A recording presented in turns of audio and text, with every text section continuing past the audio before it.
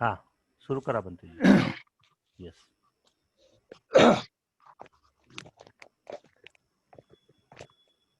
धम्म भाई और बहनों, हम लोग आज और थोड़ा आगे बढ़ने वाले हैं इस बात को समझने के लिए कि बाबा साहब ने आखिर कौन कौन से संदेश दिए हैं, विचार दिए हैं, संकल्पनाएं प्रदान की है जिससे हमारा उद्धार हो सके, मनुष्य जाति का उद्धार हो सके। तो ये आगे की कहानी और अधिक कहे तो डिमांडिंग है। ये कोई सामान्य कहानी नहीं है। एक मिनट,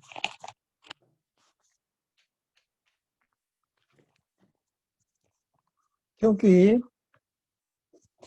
इस कहानी का उनके अगले जो संदेश है, उनके विचार हैं, संकल्पनाएं हैं, इसकी जड़ सदियों से मनुष्य के मन में ही रही है।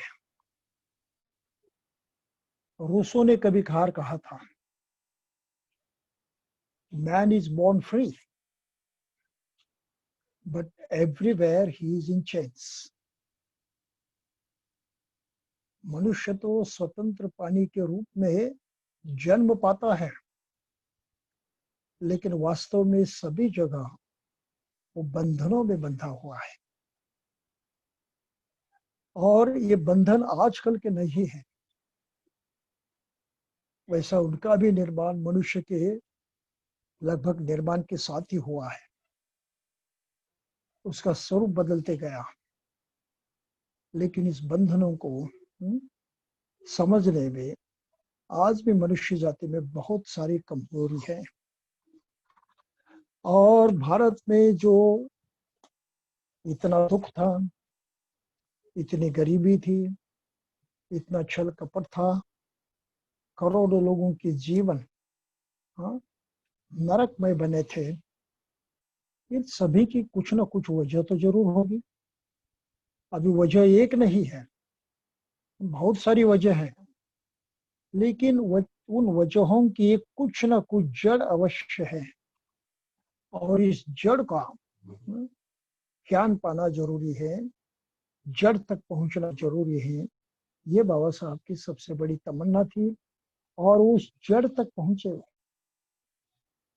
वो जड़ कौन सी है? तो अगर हम थोड़ा सा कार्ल मार्क्स की तरफ देखें और उसने जो कहा है वो समझने की कोशिश करें, तो हम इस जड़ को समझ पाएंगे। कार्ल मार्क्स ने कहा है, religion is the Sai of the oppressed creatures. मतलब धर्म दबे कुचले लोगों की आह है। धर्म हृदय ही जगत का हृदय है। धर्म आत्महीन बातों की आत्मा है। धर्म मनुष्य के लिए एक अफीम है। उनके वास्तविक सुख के लिए सुख की भ्रांति फैलाने वाले धर्म को नष्ट करना वक्त का तगाजा है। वास्तविक सुख के लिए भ्रामक सुख की भ्रांति फैलाने वाला धर्म नष्ट करना जरूरी है। इसी नतीजे पर स्वयं बाबा साहब पहुंचे थे, और ये पहले से समझ चुके थे, लेकिन उसका एकाएक से अमल करना संभव नहीं था, क्योंकि धर्म की गुलामी में मनुष्य का मन गुलाम हो जाता है। और जैसा कि हम सभी मानते हैं कि मनुष्य के पास केवल एकमात्र शक्ति है जो उसकी अपनी होती है, इतनी कारगर होती है, इतनी कार्यक्षम होती है कि उसकी तुलना में मनुष्य के पास दूसरी कोई शक्ति संभव नहीं है। ये शक्ति उसकी मनस की शक्ति है, मन की शक्ति है। और इसको बुद्ध ने सर्वप्रथम जाना कि मनुष्य के पास केवल मन यही एक ऐसी शक्ति है, ऐसा सामर्थ्य है जिसके बल पर न केवल वो जीता है लेकिन अपने जीवन को सही बना सकता है, जीवन को सफल बना सकता है, जीवन को पूरा परिपूर्ण बना सकता है। तो मानव जाति के इतिहास में बुद्ध ने इस बात को पहले जाना जिसको बाबा साहब खूब समझते थे, और इसलिए उन्होंने कहा कि आखिर इन सब बातों की जड़ क्या है। भारत में इतनी सब बुराइयां हैं, इन सब बुराई की जड़ क्या है, इस रुग्णता की पहचान क्या है। भारत देश रुग्ण है, भारत का प्रत्येक मनुष्य रुग्ण है, ये मानसिक रुग्णता है, और इस मानसिक रुग्णता की जड़ धर्म में समाई हुई है। हमने देखा पिछली बार कि बाबा साहब ने अपने जीवन कार्य का आरंभ ही मनुस्मृति को जलाकर किया था। धर्म के प्रति उन्होंने पहले से अपना विरोध, विद्रोह प्रकट किया था, और एकाएक से लोग समझेंगे नहीं, तो उनको जागरूक करने की जरूरत है। ये सब हमने पिछले कुछ भाषणों में सुना है। तो ये जो मानसिक मान्यता है, इस इन मान्यताओं को यानी इस जातिवाद को मिटाए बगैर भारत की समस्याएं मिट नहीं सकती, भारत में कोई अच्छा हो नहीं सकता। तो ये जातिवाद क्या है, जाति विच्छेद क्या है, इसको समझना बहुत जरूरी है। और बाबा साहब संविधान के पारित होने के पश्चात अपने इस मूल मकसद की ओर मुड़े और उन्होंने धर्म का प्रचार करने की ठानी, उसकी ओर अपने कदम बढ़ाए और प्रत्यक्ष इस कार्य को उन्होंने अपनाया। तो पहले हमको ये समझना चाहिए कि जातिवाद ये जड़ क्यों है, कैसे बन जाती है, और क्या जो हम आजकल देखते हैं, सुनते हैं, अनुभव करते हैं, बहुत सारी बातें बुराई भी बुरी हैं ये भी मानते हैं, बुराइयों को समझते हैं, लेकिन कहाँ से उपजती है, कहाँ से पैदा होती है, इसके बारे में आज भी उतने सही ढंग से सोचते नहीं है। ये मानव की एक बहुत भारी दुर्बलता है, सोचने की शक्ति में बहुत भारी कमजोरी है, और इस कमजोरी के कारण हम जड़ तक नहीं जा सकते, हम उसके मूल तक नहीं जा सकते, और उसको समझने की उतनी कोशिश नहीं कर सकते। ये हमारी बहुत भारी कमजोरी है। तो बाबा साहब ने इस बात को बहुत सही ढंग से पहचाना, और उसको आगे बढ़ाने के लिए उन्होंने अपने खास अभियान को हाथ में लिया जो धर्मांतरण का था, बौद्ध बनने का था। लेकिन उसको समझने से पहले हमें जातिवाद की मीमांसा करना, उसकी वास्तविक स्थिति क्या है इसको समझना जरूरी है। क्या है जातिवाद आखिर? जातिवाद केवल शब्द है, जाति कोई ठोस वस्तु नहीं है। इतना ही नहीं, जाति के कुछ लक्षण भी नहीं है, ना मनुष्य के शरीर पर कोई अलग से लक्षण दिखाई देते हैं जिन लक्षणों को देखते हुए हम कह सके कि ये फलाने जाति का आदमी है। जाति के कोई लक्षण नहीं है, दृश्य कोई प्रूफ नहीं है, उसका दृश्य कोई अस्तित्व नहीं है। ये केवल मनुष्य के मन की मान्यता है, केवल उसका एक मानसिक विचार है, एक संकल्प मात्र है। बौद्ध आचार्यों ने इसके बारे में कहा है, ये केवल घोष है, केवल शब्द है, केवल मुंह से बाहर निकले शब्द है, हवा है, इसके बगैर जातिवाद का कुछ भी अस्तित्व नहीं है। लेकिन यहाँ भारत में पहले से इस पर जोर दिया गया है, और इसका ढोल इतना पीटा गया है, इतना पीटा गया है कि उसकी गूंज आज भी समाप्त होने को नहीं मांगती। वो आज भी इतने जोरों से बढ़ रही है, कम नहीं होती। तो कहते हैं कि इसका उत्तर जो है तो हिंदू धर्म की शिक्षा के अनुसार ईश्वर ने अपने स्वयं से ही लोगों को पैदा किया, मनुष्य जाति को पैदा किया, और उनको पैदा करने के बाद उनको ऊंच और नीच इस प्रकार की अवस्था प्रदान की। कैसे? तो ऋग्वेद के 10वें मंडल में यानी 10th चैप्टर में 16 ऋचा है यानी श्लोक हैं जो नारायण ऋषि के लिखे हुए हैं, और ऋग्वेद में वो समाये हुए उसको पुरुष सूक्त कहा जाता है। पुरुष सूक्त 16 ऋचाओं का है। उसके अंदर लिखा है, क्या लिखा है? ब्राह्मणस्य मुखमासित बाहु राजन्यः कृतः गुरु तदयत वैश्यः पद्भ्याम शूद्रो अजायत। इसके अर्थ अलग अलग किए जाते हैं। कोई भी संस्कृत के 2 पंडित इसका एक अर्थ नहीं समझते, हर अपनी तरह से उसका अर्थ अलग करते हैं। उदाहरण, कुछ लोगों ने उसका अर्थ क्या किया है कि ब्राह्मणों से मुख से ईश्वर के ये जो पुरुष है, सृष्टि का पुरुष है, ईश्वर है, उसके मुख से जो पैदा हुए वो ब्राह्मण है, इसलिए कहा ब्राह्मणोस्य मुखमासित, कि ब्राह्मण मुख से पैदा हुए। बाहु राजन्यः कृतः, ईश्वर जो उसके बाहु जो हैं, दंड हैं, उससे ये क्षत्रिय जो राजन्य यानी क्षत्रिय पैदा हुए। गुरु तदश्चयत वैशाह, तो उसके उरु से, हृदय से जो है, शरीर से जो है, जो पैदा हुए उनको वैश्य कहा जाता है। अद्म्याम शूद्रो अजायत, और उसके पैरों से शूद्र कही जाती है। इसका ये अर्थ सर्वसामान्य तौर पर सभी जगह माना जाता है, लेकिन दूसरे एक पंडित श्रीपाद दामोदर सातवले करते हैं, उन्होंने इसके अनुवाद करते हुए अलग किया है।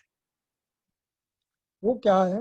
उन्होंने कहा है कि नारायण ऋषि ने उस वक्त का जो समाज था 4 भागों में बटा हुआ, जो ब्राह्मण, वैश्य, क्षत्रिय और शूद्र कहे जाते थे, इन चारों का एक काव्य में वर्णन उन्होंने लिखा, जो ये पुरुष सूक्त है। और उस काव्य में वर्णन का अर्थ क्या था कि ये 4 तरह के लोगों का जो समाज है, वो समाज मानो उस पुरुष के शरीर के लक्षण है। कैसे? तो ब्राह्मणों अस्य मुखमासित, मुखम असित, यानी ब्राह्मण उनके मुख जैसा है, मुख से पैदा हुआ ऐसा नहीं कहा उन्होंने। मुखम आसित, उसका मुख मानो ब्राह्मण है। बाहु राजन्यः कृतः, उसके बाहु मानो क्षत्रिय है। उरु तदस्य यत वैशाह, उसका शरीर जो है, उरु जो है, वो वैश्य उसके उरु जैसे है, जैसे उसके शरीर जैसे है, और उसके पैर जो है वो शूद्र जैसे, शूद्र उसके पैर जैसे है। तो उन्होंने तुलना की है कि एक समाज रूपी पुरुष के ये अवयव है, अंग है, एक ही पुरुष है। उसका अर्थ उन्होंने ये नहीं कहा कि उन अंगों से शरीर, उस पुरुष के शरीर के उन अंगों से इनका निर्माण हुआ, ऐसा नहीं कहा। तो आज की तारीख को भी ऋग्वेद की ऋचा के बारे में इतना सारा भ्रम है। अब इस भ्रम को पहले अर्थ से कायम कर दिया कैसे? तो आगे चल पर जब बुद्ध धर्म का विनाश हुआ भारत से, और विनाश की गति बढ़ने लगी, तब लगभग बुद्ध के बाद 700-800 वर्ष के बाद भगवत गीता की रचना की गई। रामायण, महाभारत, भगवत गीता सभी ग्रंथ बुद्ध धर्म का विरोध करने के लिए लिखे गए हैं। कोई भी ग्रंथ वो बुद्ध के पहले नहीं है। तो इस ग्रंथ में फिर कृष्ण के मुंह में ये वचन दिया गया, ये डाला गया कि ये 4 वर्ण जो हैं मैंने स्वयं निर्माण किए हैं। चातुर्वर्ण्यम मया सृष्टम, मैंने निर्माण किए हैं। गुणकर्म विभागशः, गुण और कर्म, गुण के अनुकूल कर्म करने वालों के अनुसार मैंने इनका निर्माण किया है। तस्य कर्तारपि माम, मैं उसका करता हूँ, निर्माण करता हूँ। फिर भी विद्य कर्तारमम अवयम, फिर भी मैं उसका करने वाला नहीं हूँ, ऐसा समझ लीजिए। तो इस प्रकार गीता में ये श्लोक डालते हुए इस मान्यता को पक्का कर दिया कि ईश्वर में प्रत्यक्षात चातुर्वर्ण निर्माण किया है। ये इसकी कहानी है और ये बार बार धर्म के नाम से रटाई गई बात होने के कारण मनुष्य के दिमाग में पक्की जाकर बैठ गई है, वहां पर पक्की हो गई।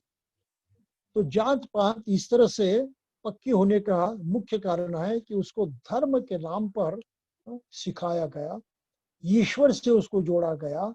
और अगर अब ईश्वर को मानते हैं और धर्म को मानते हैं तो जातिवाद को मानना अनिवार्य है।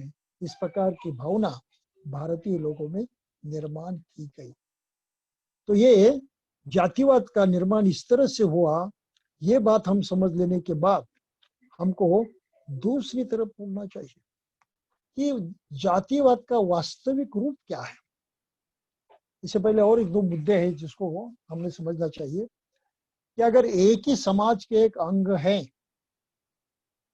और जैसे कि पहले कहा जाता है कि वर्ण जो कर्म करता है उस कर्म के अनुसार उसका वर्ण निश्चित किया गया है,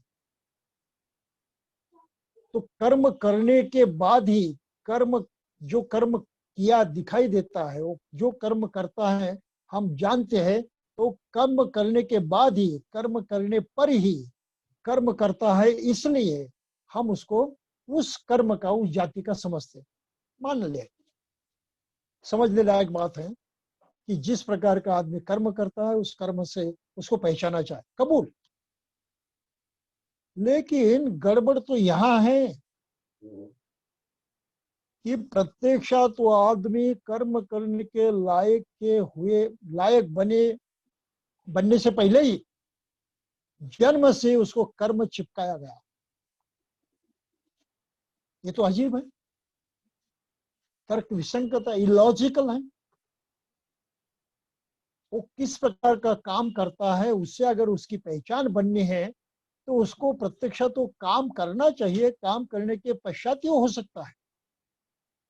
लेकिन यहाँ ऐसी दूसरी बात कही गई है कि नहीं, वो कौन सा काम करेगा, किस प्रकार का काम करेगा, ये जन्म के साथ ही तय हो जाता है। बहुत बड़ी साजिश है, बहुत बड़ी साजिश है, धोखा है बहुत बड़ा। तो कल्पनाओं के माध्यम से इस प्रकार के धोखे भारतीय मनुष्य हमेशा सहते आया हुआ है और उसको कॉम्प्रोमाइज करते हुए वो उसका शिकार बन गया। तो जातिवाद का निर्माण ही किसी तरह से लॉजिकल नहीं है। एक पुरुष अंग से अलग अलग जातियां पैदा होती है, ये तो संभव नहीं है।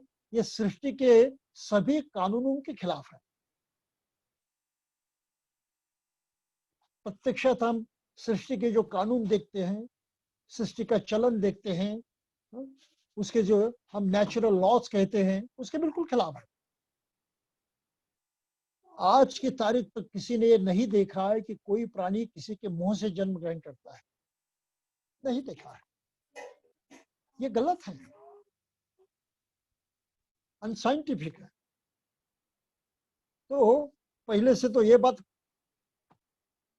ये एक गलत सिद्ध होती है।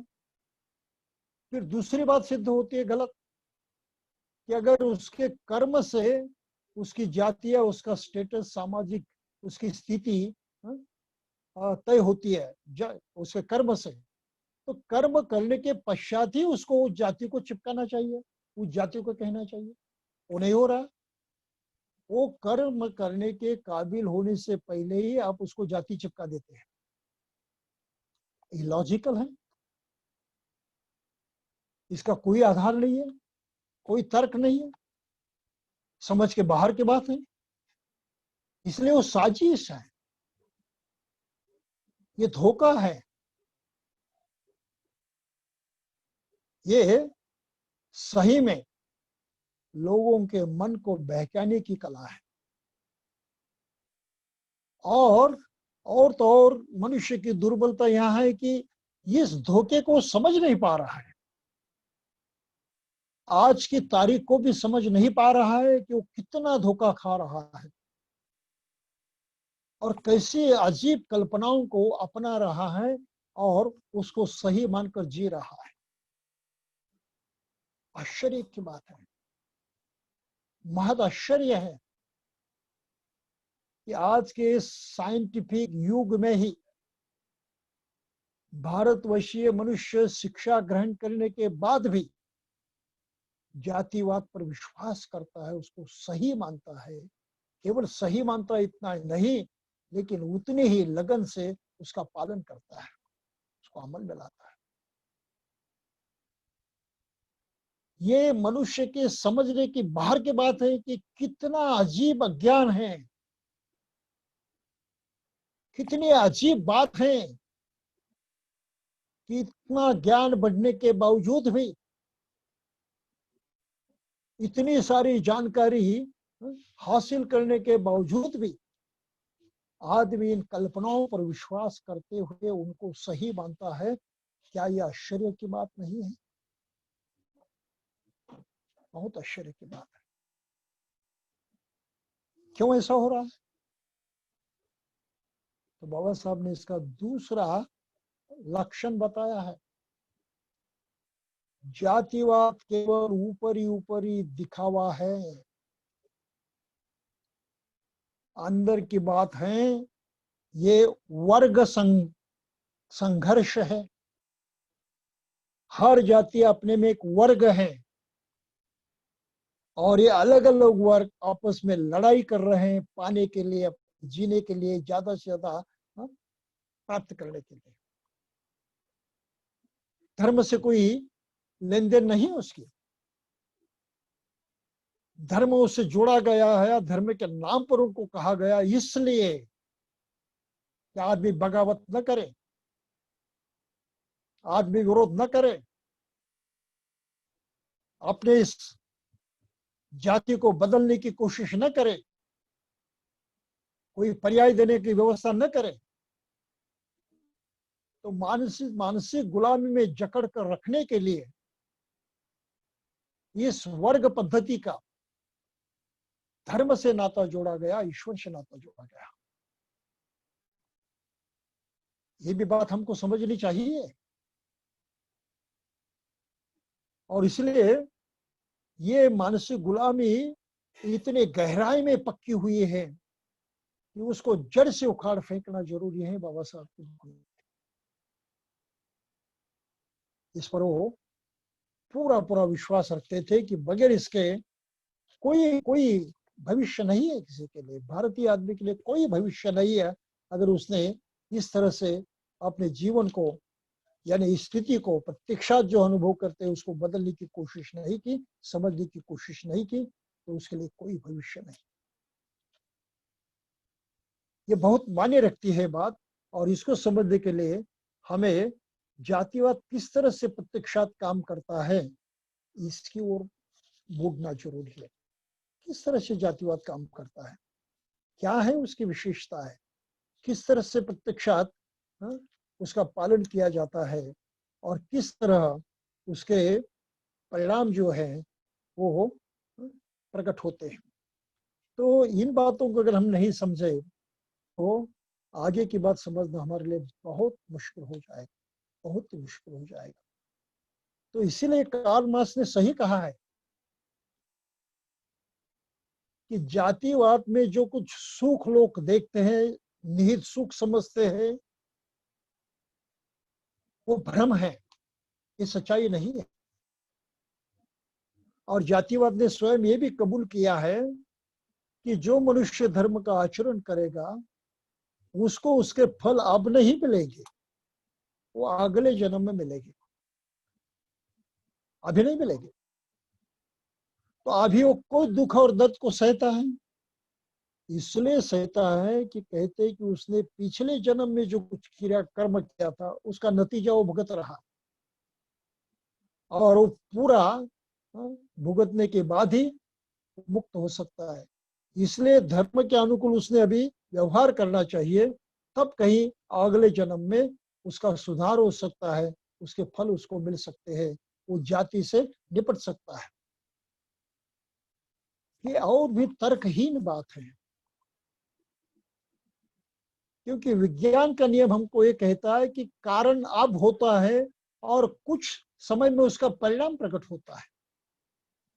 बहुत सारी बातें हैं, जैसे कारण होता है परिणाम प्रकट होता है, कुछ परिणामों को प्रकट होने में कुछ समय लगता है, और जहां कारण होता है वहीं पर प्रकट निर्माण हो परिणाम प्रकट होता है, और कहीं नहीं। हमने अगर हमारे आंगन में आम का पेड़ लगाया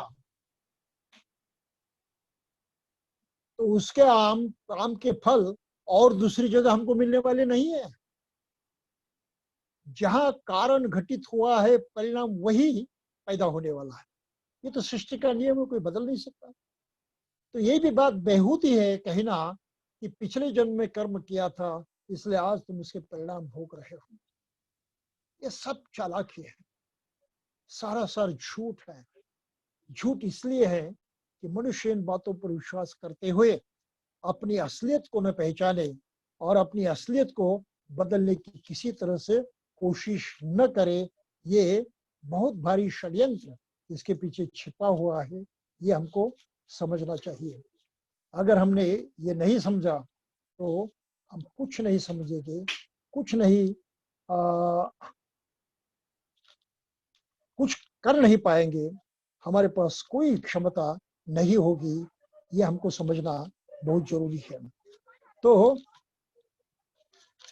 कार्ल मार्क्स ने जो कहा है वो बिल्कुल सही कहा है कि आज जो मनुष्य सोचता है कि पिछले जन्म का कर्म जो है उसके फल मैं अभी भोग रहा हूँ और अभी जो कर्म करूंगा उसके फल मुझे आगे मिलेंगे, ये तो भ्रम में है, वो भ्रम में फंसा हुआ है। ये सच्चाई नहीं है, ये वास्तविकता नहीं है। तो इस बात को अगर उसने नहीं समझा तो कभी बाहर नहीं आएगा। और इसलिए कार्ल मार्क्स का कहना था कि पहले उसको ये समझाओ, इसके इस भ्रम को नष्ट करो। इसलिए धर्म की चिकित्सा होनी चाहिए, धर्म की चिकित्सा होनी चाहिए, धर्मों की जांच होनी चाहिए, धर्म की परख होनी चाहिए। बगैर धर्म की परख किए हम आगे नहीं बढ़ सकते। ये उसकी बात जो है बहुत मायने रखती है, जिस पर हम पूरी तरह से अवलंबित है, उसको हम छोड़ नहीं सकते। तो इसलिए कार्ल मार्क्स का ये कहना कि ये भ्रामक सुख जो है जो उसके दिमाग पे बैठा हुआ है उसको नष्ट करने के लिए धर्म की जांच होनी चाहिए, धर्म को नष्ट करना चाहिए। और धर्म के परिणाम उन्होंने कही है कि धर्म क्या है वास्तविक। ये तो जो पीड़ित है उनके आह है, वो सांस है, वास्तविकता नहीं है। हृदयहीन जगत का ये हृदय है, और ये ऐसी परिस्थितियां हैं जो आत्महीन है। तो धर्म की चिकित्सा की जो बात जो कार्ल मार्क्स ने कही है उसको ही समझना चाहिए। उसके 3 मूलभूत आधार हमको ध्यान में रखने चाहिए। अगर ये हमने नहीं समझा तो हम कुछ समझ नहीं पाएंगे। तो जात किस तरह से काम करती है, इसका एक खास तरीका है। उस तरीके को समझना भी बहुत जरूरी है। और इस तरीके को समझने से पहले हम थोड़े वोल्टेयर का एक वचन याद रखें। वोल्टेयर ने बहुत खूब बात कही है। उन्होंने क्या कहा है? Those who can make you believe absurdities, those who can make you believe absurdities can make you commit atrocities. मतलब ये है, आपको बेहुदी बातों पर विश्वास करने के लिए बाध्य करने वाले जो हैं, वो आपको अन्याय अत्याचार करने के लिए भी बाध्य कर सकते हैं। बेहुदी बात पर विश्वास करने की ये जो शक्ति है, ये शक्ति में अन्याय अत्याचार करने की शक्ति भी समाई हुई है, ये उसका अर्थ है। और इसलिए हम देखते हैं कि बगैर किसी वजह के, बगैर किसी गुनाह के, बगैर किसी अपराध के जाति को मानने वाले लोग एक दूसरे की नफरत करते हैं और उसकी बुराई करने पर तुले हुए हैं। ये सही नहीं है। कुछ अपराध नहीं है, कुछ संबंध नहीं, कुछ बुराई किसने की नहीं की है एक दूसरे की, फिर भी केवल जैसे उसके जाति का नाम पता चलता है तो आदमी के मन में एक ईर्ष्या पैदा होती है, द्वेष पैदा होता है, बैर भाव पैदा होता है, उससे नफरत करने लगता है, यहाँ तक कि उसकी कुछ ना कुछ हानि करने के लिए तैयार रहता है बगैर अपराध के। इलॉजिकल है, अतार्किक है, निसंगत है, ये तर्क संगत बात नहीं है, न्याय संगत बात नहीं है। तो जातिवाद का एक खास, जातिवाद की खास विशेषता है कि बगैर किसी अपराध के जाति मानने वाले लोग एक दूसरे का बैर करते हैं, एक दूसरे का छल करते हैं, उसके बुरे की कामना करते हैं। और इसका अर्थ इसलिए वोल्टेयर ने बहुत सही शब्दों में अंकित किया है कि जिन्होंने आपको बेहुदी बातों पर विश्वास करने के लिए बाध्य किया, वे आपको अन्याय अत्याचार करने के लिए भी बाध्य कर सकते हैं। और ये सच्चाई हम भारत में देखते हैं कि जातिवाद मानना ये एब्सर्डिटीज है, असंगतियां हैं, बेहुद बातें हैं। बेहुदी बातें मानने के लिए जो तैयार हुआ, वही जातिवाद को लेकर दूसरे पर अन्याय अत्याचार करने के लिए भी तैयार रहता है, ये बस रहता है। ये समझनी चाहिए। जैसे ही किसी की जाति का पता चलता है तो हमारा पूरा मानसिक परिवर्तन हो जाता है, हमारा मनस बदल जाता है, भावना बदल जाती है, व्यवहार बदल जाता है, सब कुछ बदल जाता है। आदमी तो वही है, उसमें कुछ भी परिवर्तन नहीं हुआ, लेकिन उसकी तरफ देखने का हमारा नजरिया तत्काल बदल जाता है। ये परिणाम बहुत घातक है, इससे निपटना जरूरी है। अगर नहीं निपटे तो एक दूसरे के सुख के कारण भी नहीं होंगे, वरना एक दूसरे के बैरी बनकर एक दूसरे जीवित को धोखा ही पहुंचाओगे, दुख ही निर्माण करेंगे, उसके सिवा कुछ नहीं। तो ये मैकेनिज्म जो कास्ट जाति का काम करने का जो मैकेनिज्म है, इसको बाबा साहब ने बहुत खूब तरीके से जाना। और हिंदू धर्म पर उन्होंने जितना भी लिखा, उस अपने लेखन से उन्होंने हर पहलू को प्रकट करने की कोशिश की है। और इसलिए उनकी जातिवाद से मुक्ति, एनाइलेशन ऑफ कास्ट, जाति निर्मूलन, इस किताब को पढ़ना जरूरी है। पढ़ने से भी काम नहीं चलता है, उसको समझना जरूरी है कि जिस समय उन्होंने लिखी, जिस अंदाज से लिखी, उसमें कुछ परिवर्तन हुआ है। बहुत साल गुजर गए हैं, आज बातें समझने की जो अवस्था है बदल चुकी है। उस वक्त लोग जिस तरह से समझते थे वो अवस्था अलग थी। तो इसलिए बाबा साहब के इस ग्रंथ का भी सही ढंग से अध्ययन करना बहुत जरूरी होता है, ये हमको पहले समझना चाहिए। तो जातिवाद कायम है इस देश में, पढ़ने लिखने के बाद भी और आज के प्रगत विज्ञान को जानने के बावजूद भी भारत का आदमी जातिवाद से मुक्त नहीं हो पा रहा है। ये इतनी पक्की गुलामी है और इसके 5 कारण प्रमुख माने जाते हैं। पहला कारण है कि जाति जाति की उत्पत्ति ईश्वर से जोड़ी गई है, ईश्वर निर्मित है। देयर इज नो अपील, उसके प्रति अभी कोई दावा नहीं कर सकते, वो कबूल ही करना चाहिए। दूसरी बात कही है कि जाति जन्म से ही चिपकती है, तो आपको चयन करने का, पसंद नापसंद करने का कोई अधिकार नहीं है। आपके इस अधिकार से पूरी तरह से खारिज कर दिया है, आपको कोई अधिकार नहीं। आपने जिस परिवार में जन्म पाया, जिस जाति में जन्म पाया, बस वो आपको चिपक गई, आप यहां। और इस पर आदमी विश्वास करता है कि ये कैसे हो सकता है, लेकिन नहीं, ईश्वर ने निर्माण किए, इस तरह से वो दी जाती है, बस उसको कबूल कर लेगा। तीसरी जो साजिश रची गई है वो ये है कि जाति न्याय नामकरण किया गया, जो मनुस्मृति के दूसरे अध्याय में लिखा हुआ कानून है, मांगल्यम ब्राह्मणस्य स्यात् क्षत्रियस्य बलान्वितं वगैरह वगैरह,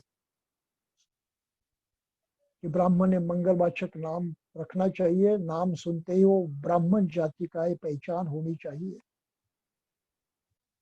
क्षत्रिय ने बलवाचक नाम रखना चाहिए, उसका नाम सुनते ही उसकी पहचान होनी चाहिए कि वो क्षत्रिय है। वैश्य ने धन संपत्ति युक्त नाम रखना चाहिए और शूद्र ने दास्यतापूर्ण नाम रखना चाहिए, बुरा नाम रखना चाहिए, अर्थहीन नाम रखना चाहिए। जैसे वो नाम सुनते हैं तो उससे पता चलेगा कि जाति का है। तो जो सरनेम हम इस्तेमाल करते हैं भारत में, वो सब जातिवाचक हैं, जाति की पहचान है। हम अपना परिचय और किसी को देते हैं तो यकीन मानिए हम अपना परिचय नहीं देते, हम वास्तविक अपनी जाति उसको बताते हैं कि मैं इस जाति का हूं। जैसे हम सरनेम बताते हैं, सामने वाला आदमी पहचान जाता है ये सरनेम इस जाति का है, और तुरंत उसको जाति का पता लग जाता है। तो जाति के नामों को जब तक हम छोड़ते नहीं, तब तक व्यवहार में जो पहचान मानी जाती है वो खत्म नहीं होती। और बाबा साहब के मानने वाले लोगों ने ये बहुत भारी गुनाह किया है, खासकर जो बौद्ध बने हैं उन्होंने ये गुनाह किया है। बाबा साहब ने कहा था कि आपने जातिवाचक सरनेम जो है, उपनाम जो है, उसको छोड़ दे। उन्होंने नहीं छोड़ा, और इसलिए जो बौद्ध माने जाते हैं उनकी तरफ अन्य हिंदू धर्मीय पिछली जाति के नजर से ही देखते हैं, वो बौद्ध नहीं कहते। लेकिन कोई अछूत अगर क्रिश्चियन बन जाता है या मुसलमान बन जाता है तो उसका नाम भी बदल जाता है। तो उनका ये क्रिश्चियन नाम सुनने के बाद या मुस्लिम नाम सुनने के बाद तुरंत सुनने वाला उनको उस धर्म का मानता है। लेकिन बौद्धों का नाम पुराना जाति का नाम होने के कारण इनको कोई बौद्ध नहीं मानता। वो कहते कि वो तो शूद्र हैं, वो फलानी जाति के लोग हैं। देखिए कितना आश्चर्य है कि आज भी पढ़े लिखे लोग इस बात को समझ नहीं पा रहे हैं। तो मानसिक गुलामगी कितनी तगड़ी होती है, उसकी हद तक जाना भी अधिकांश लोगों के लिए मुश्किल हो जाता है। इतनी बुरी बात है वो। और इसलिए बाबा साहब का मिशन बहुत ही कठिन मिशन था। इतना सारा लोगों को समझाए कब और कैसे, फिर भी उन्होंने हर दम कोशिश की है, हर तरह से कोशिश की है। राजनीति करते थे, अपनी जीविका चलाते थे, समाज कार्य करते थे, शिक्षा का कार्य करते थे। इतने इतने व्यस्त थे, इतने व्यस्त थे कि समय निकलना मुश्किल था। फिर भी उन्होंने इतना लिखा। भारत के किसी राजनीतिक नेता ने इतना साहित्य निर्माण नहीं किया है। अपना बौद्धिक सामर्थ्य इस तरह से प्रकट नहीं किया है। तो पल पल अपने जीवन का वो इस काम में लगाते थे कि कुछ भी हो, लेकिन भारत का हर आदमी जागृत होना चाहिए।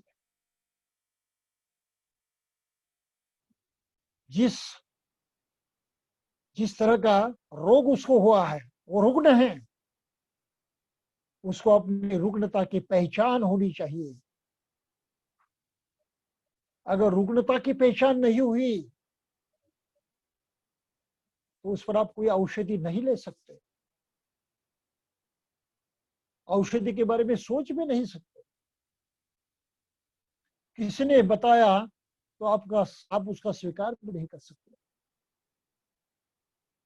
तो हर आदमी को स्वयं अपने इस मानसिक रुग्णता की पहचान होनी चाहिए। और ये पहचान कराने के लिए उन्होंने इतना साहित्य निर्माण किया, इतने भाषण दिए, इतना लिखा, इतना समझाया, जिसकी तुलना करना मुश्किल हो जाता है। क्यों इतने कष्ट उठाए? जीवन के अंतिम क्षण तक वो लिखते थे।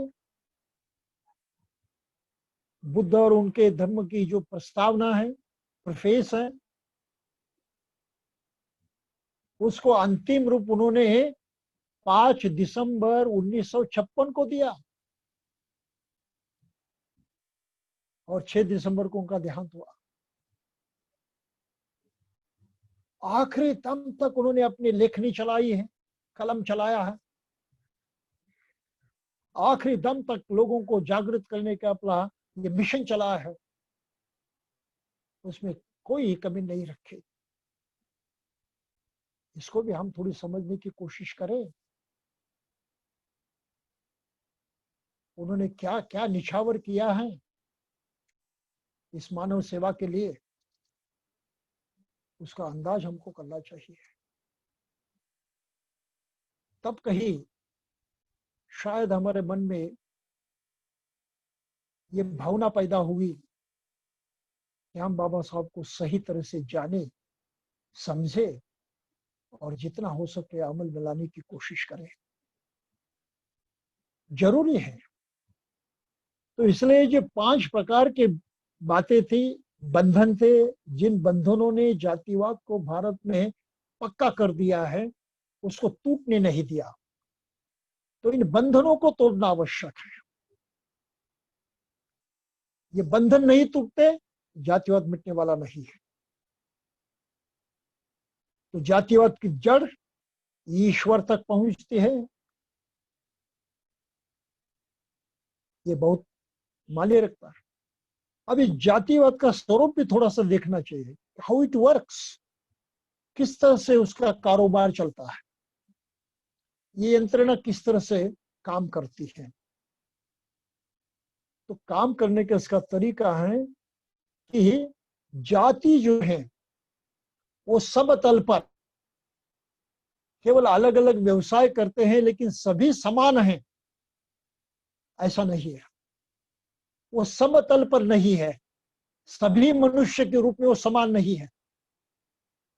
उन्होंने जाति के नाम से हर आदमी को एक दूसरे के सर पर खड़ा किया है। सबसे ऊंचा ब्राह्मण बैठा है और उसके नीचे जो सब हैं उनको निचला मानता है, कनिष्ठ मानता है, नीच मानता है, अपने बराबरी का नहीं। सभी अधिकारों को उन्होंने हथिया लिया है।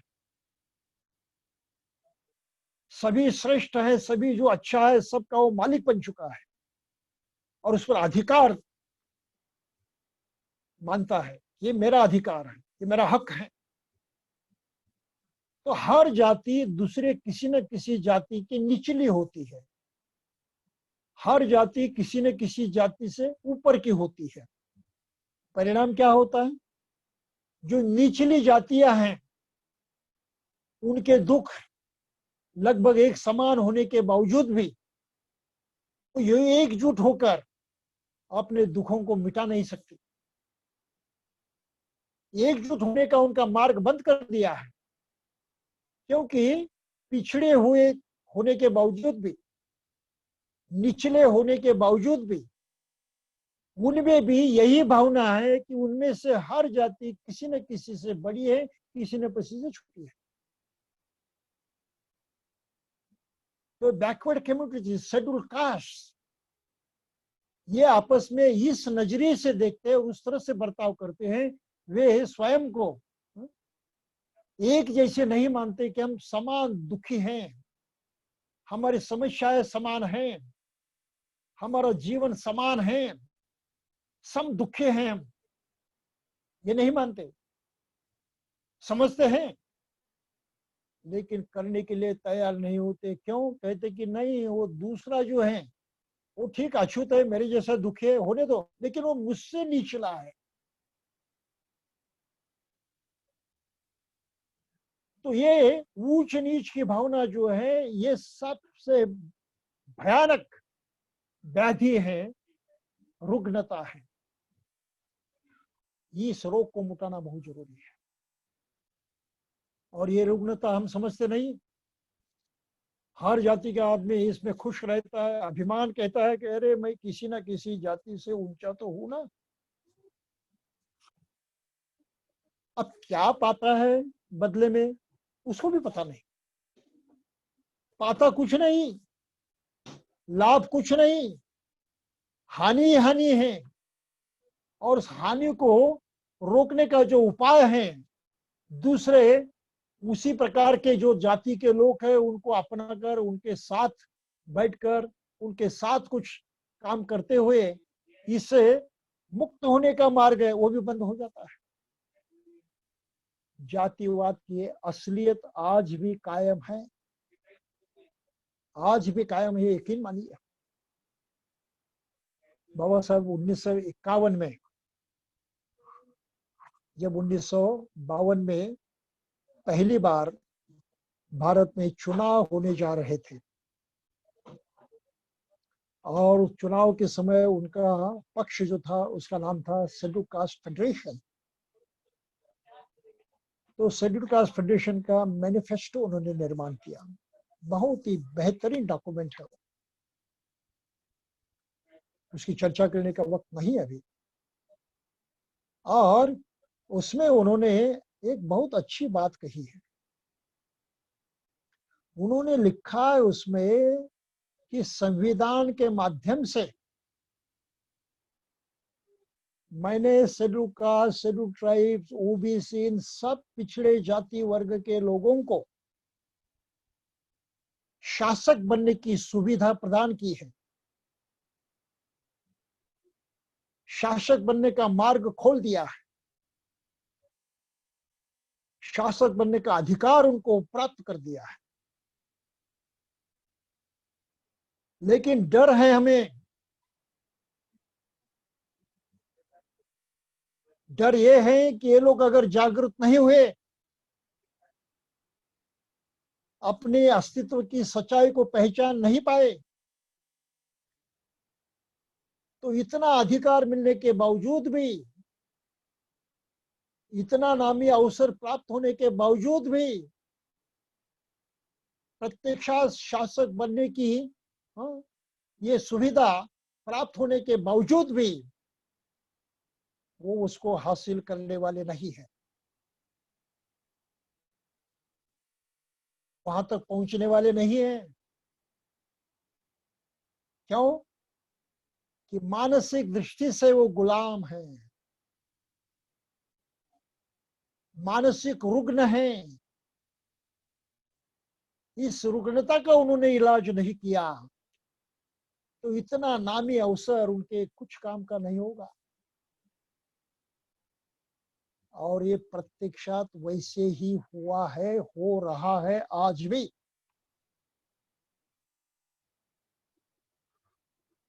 तो जितनी शिक्षा पिछड़े जाति वर्ग में फैल गई है, अच्छे पैमाने पर वहां शिक्षित लोग पैदा हुए हैं, क्या उस शिक्षा का कोई उपयोग हुआ?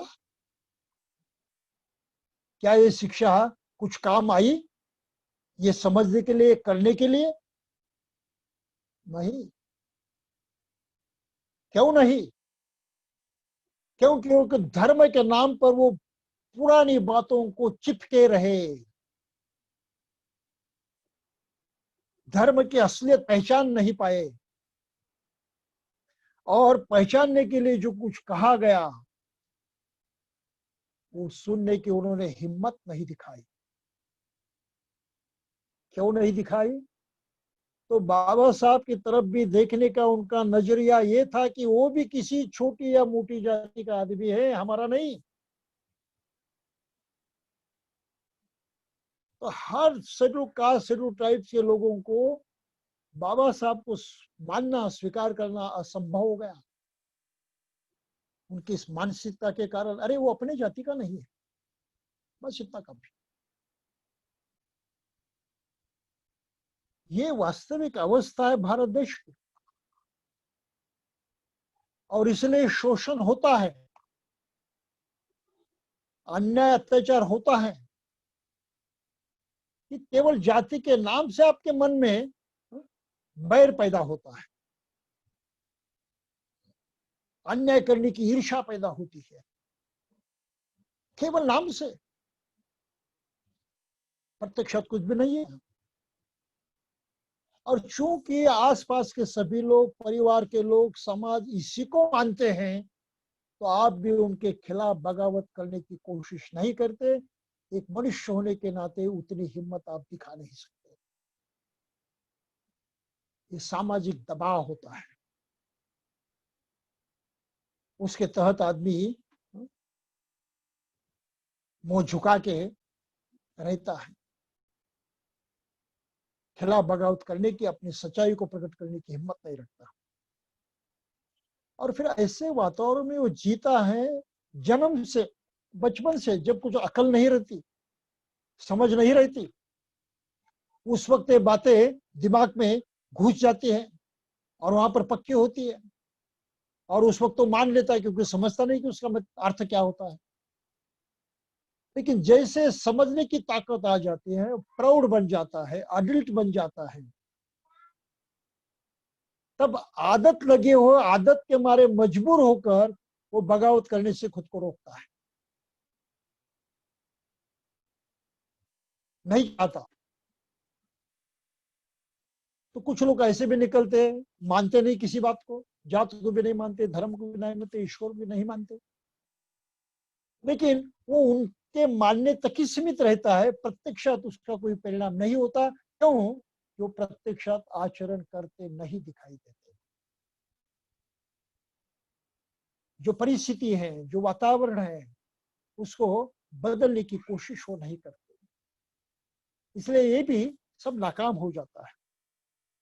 इसलिए बाबा साहब ने बहुत अच्छी तरह से डायग्नोसिस किया है इस रुग्णता का, और उस पर उपाय सूचित किया है। क्या कहा है उन्होंने? एक शब्द, केवल एक शब्द कहा है, नोशनल चेंज। नोशन,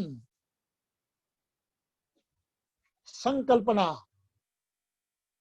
विचार, वैचारिक परिवर्तन,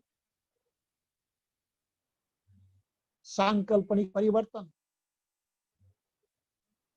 जिन संकल्पनाओं के, जिन विचारों के आप दास बन चुके हैं, गुलाम बन चुके हैं, उसकी असलियत जानो और उसमें परिवर्तन लाओ। ये तो तुम्हारे अंदर होने वाला परिणाम है, बाहर की बात नहीं है। तुम्हारे दिमाग में होने वाला परिवर्तन है, तुम्हारे हृदय में होने वाला परिवर्तन है, बाहर नहीं। और इस परिवर्तन के लिए अगर आप तैयार नहीं हुए तो आप कुछ नहीं कर पाओगे। यही भारत पे आज हो रहा है। इस सच्चाई को जानने को और को पहचानने के और उसको अपनाने की ताकत भारत के लोग नहीं दिखाते। और फिर करने का तो सवाल ही पैदा नहीं होता। तो जातिवाद वैसे ही चलता रहता है।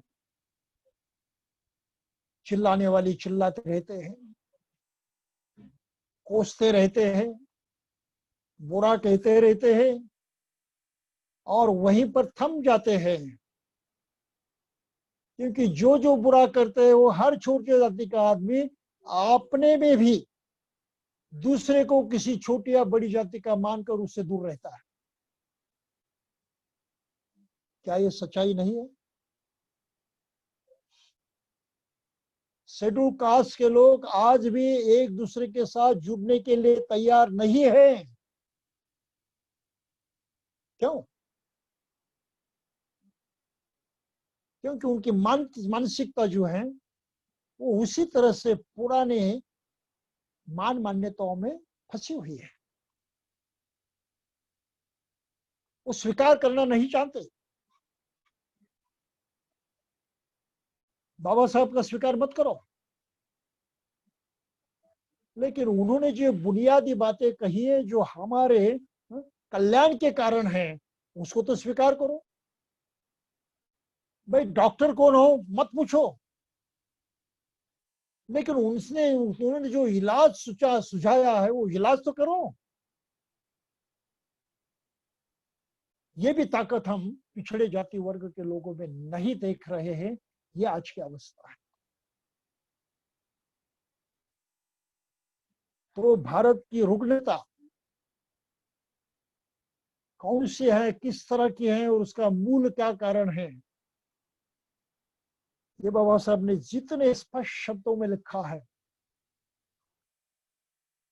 जितने प्रूफ देकर उसको साबित कर दिया है, वह काम उनसे पहले और किसी ने नहीं किया। और इस पर इलाज भी उन्होंने उसी ताकत से सुझाया है कि भाई नोशनल चेंज जरूरी है। हिंदू के बारे में कहते उन्होंने एक बार कहा था, यानी उनका जो भाषण था अनाइलेशन ऑफ कास्ट, उसमें उन्होंने लिखा है कि हिंदू जातिवाद को क्यों मानते हैं। It is not they are wrong headed people. क्या लिखा? It is not because they are wrong headed people. Wrong headed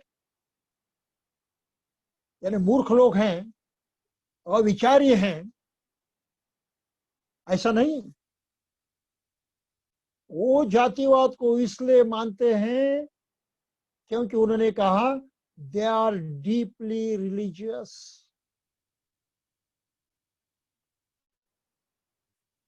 बहुत धार्मिक होने के कारण वो जातिवाद को मानते हैं। दे आर डीपली रिलीजियस, बहुत धार्मिक हैं, इसलिए जातिवाद को मानते हैं। तो इस सच्चाई को अगर पिछड़े जाति वर्ग के लोगों ने नहीं पहचाना, नहीं जाना, नहीं अपनाया, तो उनके लिए शायद कोई भविष्य नहीं होगा, कोई भविष्य नहीं होगा। तो ये सांकल्पनिक परिवर्तन, नोशनल चेंज, इसको उन्होंने कहा था कि यही धर्मांतर है, दूसरा नहीं। यही धर्मांतर है, इसके बगैर दूसरा धर्मांतर नहीं। अगर आपको ये शब्द मंजूर नहीं है तो उन्होंने ये भी कहा था कि ये ही है जनतांत्रिक जीवन पद्धति,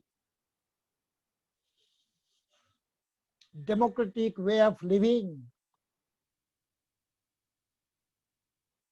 जिसमें समता आती है, बंधुता आती है, स्वतंत्रता आती है। तो समता, स्वतंत्रता, बंधुता, ये तीन तत्व हैं लोकतांत्रिक जीवन के, डेमोक्रेसी के।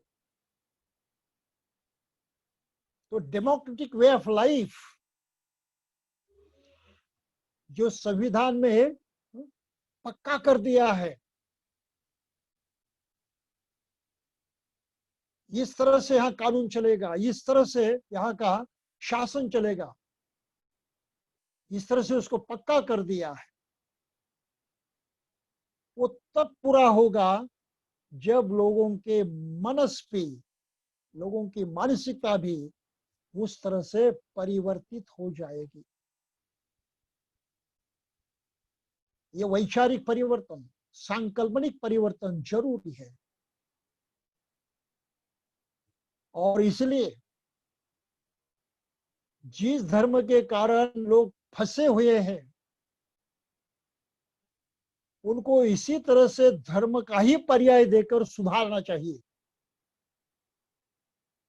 बगैर धर्म का परिवर्तन दिए आप उनका सुधार नहीं कर सकते। कानून पर्याप्त नहीं है, और आज की तारीख को हम समझते हैं कि कानून पर्याप्त नहीं है। कानून को भी तरोड़ मरोड़ कर फेंक दिया है, दबोच दिया है, उसको भी विकृत किया गया है। ये आज की तारीख को हम देख रहे हैं प्रत्यक्षात। तो पुरानी मानसिकता जैसे कि वैसे है, उस मानसिकता को जताने के प्रयास जैसे कि वैसे है, उस मानसिकता के बारे में लोगों को सावधान करने के, सचेत करने के, सिखाने के मार्ग भी पूरी तरह से समाप्त हो चुके हैं। तो इस तरह से मानसिक परिवर्तन ही नहीं होगा, मानसिक सुधार ही नहीं होगा, तो भला भारत देश में क्या सुधार होगा? कौन सा विकास होगा? कौन से विकास की बातें आप कर रहे हैं? ये केवल ढकोसला है, झूठ है सरासर, सच्चाई उसमें कुछ नहीं। सच्चाई तो उस महापुरुष के वचनों में है, बाबा साहब के वचनों में है, जिन्होंने सब तरह से सिद्ध कर दिया है कि मानसिक परिवर्तन के सिवा भारत के लिए कोई भविष्य नहीं। वैचारिक परिवर्तन के सिवा भारत के लिए कोई भविष्य नहीं। धर्मांतरण के सिवा भारत के लिए कोई भविष्य नहीं। लोग एकाक से समझ नहीं पाएंगे, कबूल। इसलिए बाबा साहब चाहते थे कि मुझे ऐसे प्रचारकों का निर्माण करना है, ऐसे भिक्षुओं का निर्माण करना है, भिक्षुणियों का निर्माण करना है, उपासक उपासिकाओं का निर्माण करना है, जो इन बातों को लोगों तक ले जाकर समझा सके, उनके परिवर्तन के लिए कुछ प्रयास कर सके। परिवर्तन के लिए प्रयास करने पड़ते हैं, शिक्षा देनी पड़ती है, लोगों को सिखाना पड़ता है, उनको अवगत कराना पड़ता है, उनको समझाना पड़ता है। ये जब तक नहीं होता तब तक कोई वैचारिक परिवर्तन नहीं होता। विचारों के बीज बोने पड़ते हैं,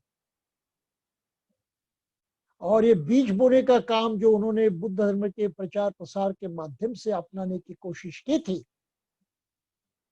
उसकी तरह बाबा साहब को मानने वाले बौद्धों ने पूरी तरह से अपनी पीठ फेर दी है, उसको नाकाम कर दिया है।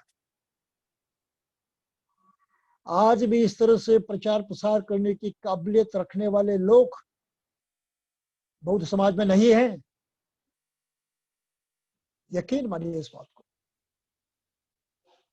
उनकी कोई पत्रिका नहीं है, कोई न्यूज़पेपर नहीं है, कोई मासिक पत्रिका नहीं है, कोई चैनल नहीं है उस काबिलियत का जो काबिलियत बाबा साहब चाहते थे।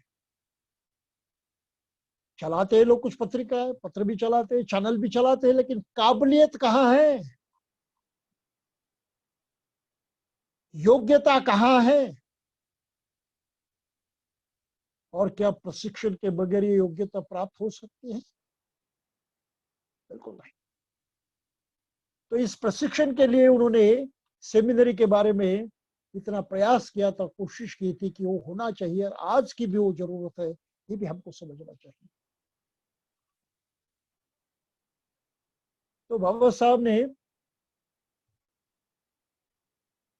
भारत के इस रुग्णता की जो पहचान की है, इस पहचान को हम सब ने समझना चाहिए। मुझे कभी कभी याद आता है शेक्सपियर का वो वचन। शेक्सपियर ने कौन सी उम्मीद रखी थी?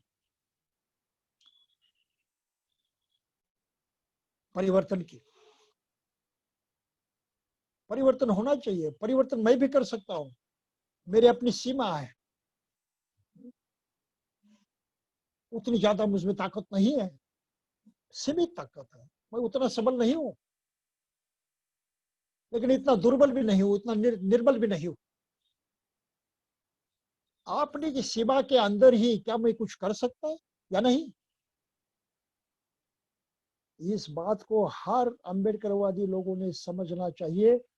केवल अम्बेडकरवादी नहीं, हर भारतीय आदमी ने समझना चाहिए कि एक आदमी रुग्ण हो जाता है तो पूरा समाज रुग्णता से भर जाता है। आज कोविड की बात हम देख रहे हैं। कोविड किस जाति को पकड़ कर रखा है? किसी जाति को छोड़ा है कोविड ने? बिल्कुल नहीं। आप इंसान है, एक दूसरे के संपर्क में रहते हैं, एक दूसरे के साथ रहते हैं, तो साथ साथ रहने में जो कोई आदान प्रदान होगा, जो परिणाम होंगे एक दूसरे को, तो होने ही वाले हैं। ये सृष्टि का नियम है, अपने घर का नहीं है, ये तो होने ही वाला है। तो यही हो रहा है, लेकिन वैचारिक स्तर पर ये नहीं हो रहा है। तो इसलिए शेक्सपियर ने क्या कहा था? आई alone can not change the world. बहुत अच्छी बात कही, बहुत सच्ची बात कही है कि मैं अकेला तो विश्व का परिवर्तन नहीं कर सकता। I alone cannot change the world, but I can cast a stone across the waters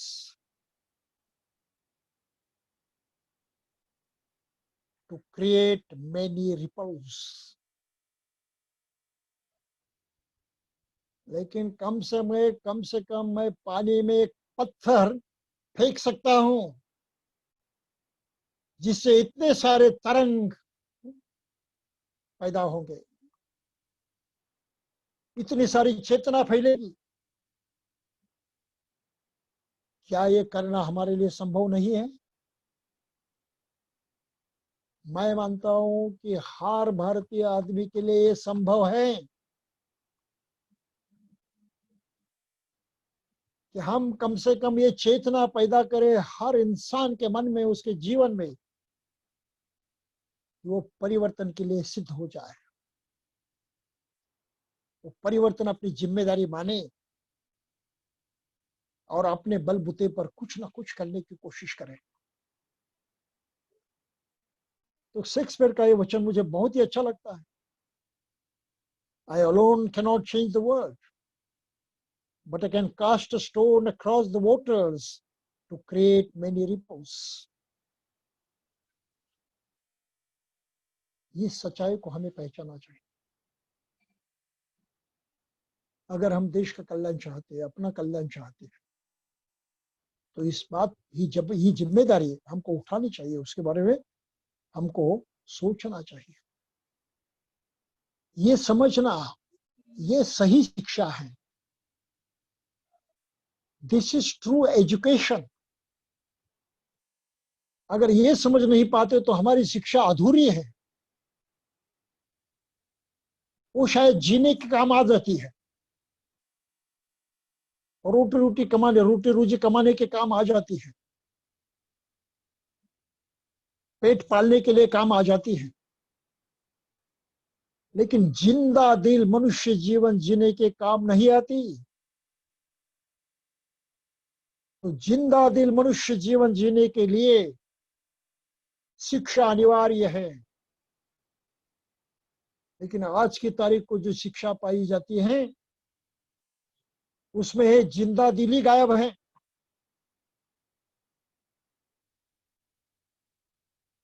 किसी में जिंदा दिली पैदा नहीं होती।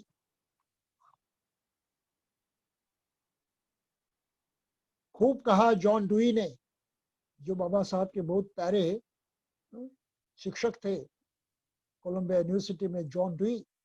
उन्होंने खूब कहा, एक वचन उन्होंने कहा, education is not preparation for life. Education is not preparation for life.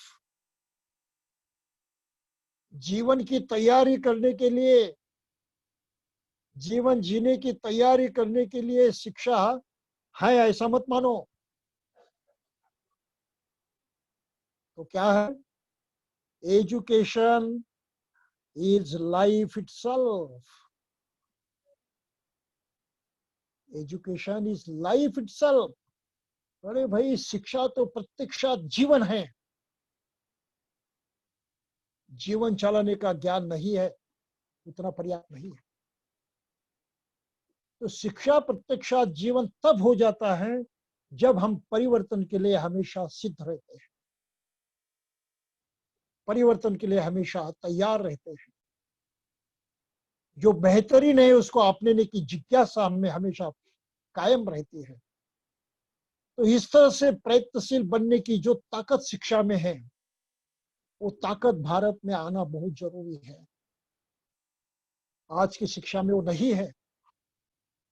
इसलिए बाबा साहब की सोच थी कि इसके लिए सप्लीमेंट की जरूरत है, एक्स्ट्रा करिकुलर एक्टिविटीज की जरूरत है। और एक्स्ट्रा करिकुलर एक्टिविटीज और दूसरी कुछ नहीं है, लेकिन लोगों को परिवर्तन, मानसिक परिवर्तन सिखाने की बात है। और वो काम प्रचारकों के माध्यम से सिद्ध हो सकता है, किया जा सकता है, किया जाना चाहिए। यही तो भगवान बुद्ध ने किया उनके जमाने में। बुद्ध ने यही बात की। उन्होंने अनोखा परिवर्तन अनुभव किया, सभी दुखों से मुक्ति का अनुभव कर लिया।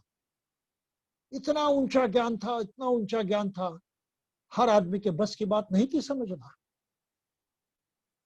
बुद्ध ने क्या किया? उसी में प्रशिक्षित लोगों का संघ बनाया, उस अनुभूति को जानने वालों का संघ बनाया, संगठन बनाया। और किस लिए? केवल एक काम के लिए, कि देखो, दुख से तुम मुक्त हुए हो, एक परिपूर्ण मानवता को तुम प्राप्त हुए हो। ये हर आदमी की, हर इंसान की जरूरत है। वो उसके लिए तड़पता है, जिंदगी भर वो दुख झेलता है, कष्ट उठाता है। ये शिक्षा की उसको जरूरत है, जीवन जीने की इस कला की उसको जरूरत है। तो हे भिक्षुओं, तुम उनके पास जाओ, आदमी आदमी तक पहुंचो, और एक कला जो है उनको सिखाओ, ताकि वो उसको अपनाकर अपने जीवन को परिवर्तित कर पाए। ये तुम्हारी जिम्मेदारी है, बस जीवन में इतना ही काम करना है, और नहीं। रोटी रोजी के लिए भी समय नहीं गंवाना है। लोग देंगे उर्स पर जियो, मांगो मत। लोगों के पास सिर्फ जाओ, सामने खड़े रहो, लोग समझ चुकते हैं, जानते हैं, वो समझेंगे कि भिक्षु मेरे काम का है। उसके पास ऐसा ज्ञान है जो और किसी के पास नहीं है और जिसकी मुझे सख्त जरूरत है। वो सुखी होने का ज्ञान है, अच्छा इंसान बनकर जीने का ज्ञान है। उस प्राप्ति के लिए इस भिक्षु की मुझे सख्त जरूरत है। मैंने उसकी रक्षा करनी चाहिए, उसका साथ देना चाहिए, उसे सीखना चाहिए। और इस तरह से वो आदमी, गृहस्थ आदमी, स्वयं समझकर आपको सपोर्ट करेगा, आपको अनाज देगा, आपको जिंदा रखने की कोशिश करेगा, अन्न वस्त्र देकर। और यही हुआ इतिहास काल में। भिक्षु कोई नौकरी नहीं करते, धंधा व्यवसाय नहीं करते, वो सिर्फ उपासक जो भिक्षान्न देते हैं उस पर जीते हैं। उपासक कपड़ा देते हैं, उस पर वो पहनते हैं। उपासक रहने सहने की व्यवस्था करते हैं, वहां रहते हैं। और क्या करते हैं?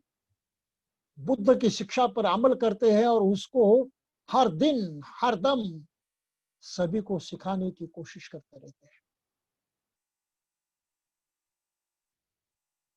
वो बुद्ध जैसे कामयाब नहीं होंगे जरूर, लेकिन जैसा कि शेक्सपियर ने कहा है, वो समाज के उस सरोवर में इस तरह से पत्थर डाल सकते हैं कि जिससे वहां तरंगे पैदा हो जाए, वहां हलचल मच जाए, लोग कुछ समझे जाने, उस तरह से जागृत हो जाए। तो ये काम बुद्ध ने किया है, बगैर किसी कॉम्पेंसेशन के, बगैर किसी वेतन के, बगैर किसी मांग के। तो ये जो सामर्थ्य है शिक्षा का, ये शिक्षा का सामर्थ्य, वो उस कदर शिक्षित हुए थे, उस ताकत से शिक्षित हुए थे कि उनका पूरा जीवन जो है, जीवन यापन जो है, वो शिक्षा के अनुसार जीते थे। तो शिक्षा उनका प्रत्यक्ष जीवन बन चुकी थी। तो जॉन डुई ने जो कहा बिल्कुल खूब कहा है, बिल्कुल सही कहा है। और इस अर्थ से अगर हम समझने की कोशिश करते हैं तो हम जॉन डुई की बात समझेंगे, तो हम बाबा साहब की बात समझेंगे। इसलिए आज की तारीख को हमको ये तो जरूर समझना चाहिए कि भारत के सभी बीमारी का मूल कारण बाबा साहब ने जाना, वो जातिवाद है। जातिवाद को चलाने वाला धर्म है, जातिवाद को चलाने वाले धर्म ग्रंथ हैं, जातिवाद को चलाने वाली परंपराएं हैं। और इन सभी के पीछे ईश्वर की कल्पना है। तो ये सब हमारे दुख के कारण है। ईश्वर हमारे दुख का कारण है, धर्म हमारे दुख का कारण है, परंपराएं हमारे दुख का कारण है, कर्मकांड हमारे दुख का कारण है। इन सभी ने हमको मानस से, हमारे मन से गुलाम कर रखा है। तो उससे मुक्त होना बहुत जरूरी है और इस जड़ को उखाड़ फेंकना भी जरूर है। और इसलिए धर्मांतरण की जरूरत है। तो धर्मांतरण के माने ये मत समझिए कि एक धर्म को छोड़कर दूसरे धर्म को अपनाना ही धर्मांतर है, नहीं। वैचारिक परिवर्तन धर्मांतर है। शायद आप बौद्ध न बने, बुद्ध का नाम न ले, लेकिन क्या आप मनुष्यता को अपना सकते हैं? 100% मनुष्यता को अपना सकते हैं? क्यों नहीं? आखिर मनुष्य हो तो मनुष्यता के बगैर आप अपनाओगे किस बात को? तो मनुष्यता को अपनाना हर आदमी का अधिकार है, नेचुरल अधिकार है वो। और वो पाना उसकी क्षमता के अधीन है, वो कर सकता है। तो इसी तरह से धर्मांतरण की चेतना, यानी नोशनल चेंज की चेतना, वैचारिक परिवर्तन की चेतना कम से कम भारत में हर इंसान में जागृत करना बहुत जरूरी है, बहुत आवश्यक है। इसके बगैर ये रोग हटने वाला नहीं है। भारत की सभी समस्याएं, व्यक्तिगत रूप से हो, सामूहिक तौर से हो, राजनीतिक हो, आर्थिक हो, सभी प्रकार की जो समस्या है, जो दुख हैं, जो दर्द हैं, उस सभी का मूल कारण ये मान मान्यताएं हैं। ये एक संकल्पना है, ये विचार हैं जिनको पहचान कर त्यागना जरूरी है, जिनको पहचान कर छोड़ना जरूरी है, और जो हमारे कल्याण के और विकास के लिए उपयुक्त सिद्ध होते हैं, दिखाई देते हैं, उनको अपनाना जरूरी है। तो भारतवर्ष में भारतीय लोगों का जो कुछ बहुत ही दुखमय जीवन है, उसका मूल पहचानने में, उस रुग्णता की सही सही पहचान करने में, डायग्नोसिस करने में बाबा साहब आगे बढ़े, और उन्हें जिस तरह से डायग्नोसिस की वो और किसी से नहीं हो पाई, किसी से नहीं हो पाई। ये तो माने कि अंतिम डायग्नोसिस है। फिर रोग को हटाना यही हमारे हाथ में है। इस औषध को पाना और लेना यही हमारे हाथ में है। तो कौन हमें रोकता है करने से? अगर कोई रोकता भी है तो क्यों हम माने? आखिर भलाई तो हमारी है, हमारी भलाई के लिए, व्यक्तिगत भलाई के लिए, सामूहिक भलाई के लिए, देश की भलाई के लिए, मानवता के भलाई के लिए हमें ये करना ही पड़ेगा, उससे कोई चारा नहीं। तो ये बाबा साहब ने बहुत भारी संदेश दिया है, संकल्पनाएं हमारे सामने रखी है, विचार हमारे सामने रखा है कि कौन सी बात को अपनाए। नोशनल चेंज को अपनाए, मत परिवर्तन को अपनाए, विचार परिवर्तन को अपनाए, सांकल्पनिक बदलाव को अपनाए। इससे में मानव की मुक्ति छिपी हुई है। रोग से मुक्त होगा, सभी व्याधियों से मुक्त होगा, अगर उसने इस परिवर्तन को अपनाया, नोशनल चेंज को अपनाया। तो भैया बहनों, बाबा साहब ने मानव मुक्ति की जो कल्पनाएं की थी, उसमें से सबसे तगड़ी कल्पना ये है, सबसे महत्वपूर्ण कल्पना, संकल्पना, विचार ये है कि there should be notional change. मानसिक परिवर्तन होना चाहिए, सांकल्पिक परिवर्तन होना चाहिए। तो मैं समझता हूँ आज के लिए इतना काफी है, और हमारे सामने कल का भी दिन है, कल और इसकी कुछ परीक्षा करेंगे, लेकिन आज के दिन को इस बात को समझने की कोशिश करें, और गहराई में जाकर समझने की कोशिश करें, और जानबूझकर उसको अपनाने पर तैयार हो जाइए। यही मैं कामना करता हूँ, और मेरे 2 शब्द यानी 2000 शब्द यहीं पर समाप्त करता हूँ। जय भीम। साधु साधु साधु। बहुत ही सही शब्दों में, बहुत ही चित्तवेधक जिसको हम कहते हैं, मतलब दिल को छू लेने वाली बात बंते जी ने कही है कि नोशनल चेंज होना बहुत जरूरी है। वैचारिक परिवर्तन जो है, मंथन, विचार मंथन, और एक इन साइंटिफिक वे जो तरीका होता है, जो भगवान बुद्ध के काल से चल रहा है, और उसी बात को बंते जी ने अपनी बातों में आज कहा। और एक आज जो बहुत सुंदर एक जो वाक्य उन्होंने कहा कि ये I alone cannot change the world, but I can cast a stone across the waters to create many ripples.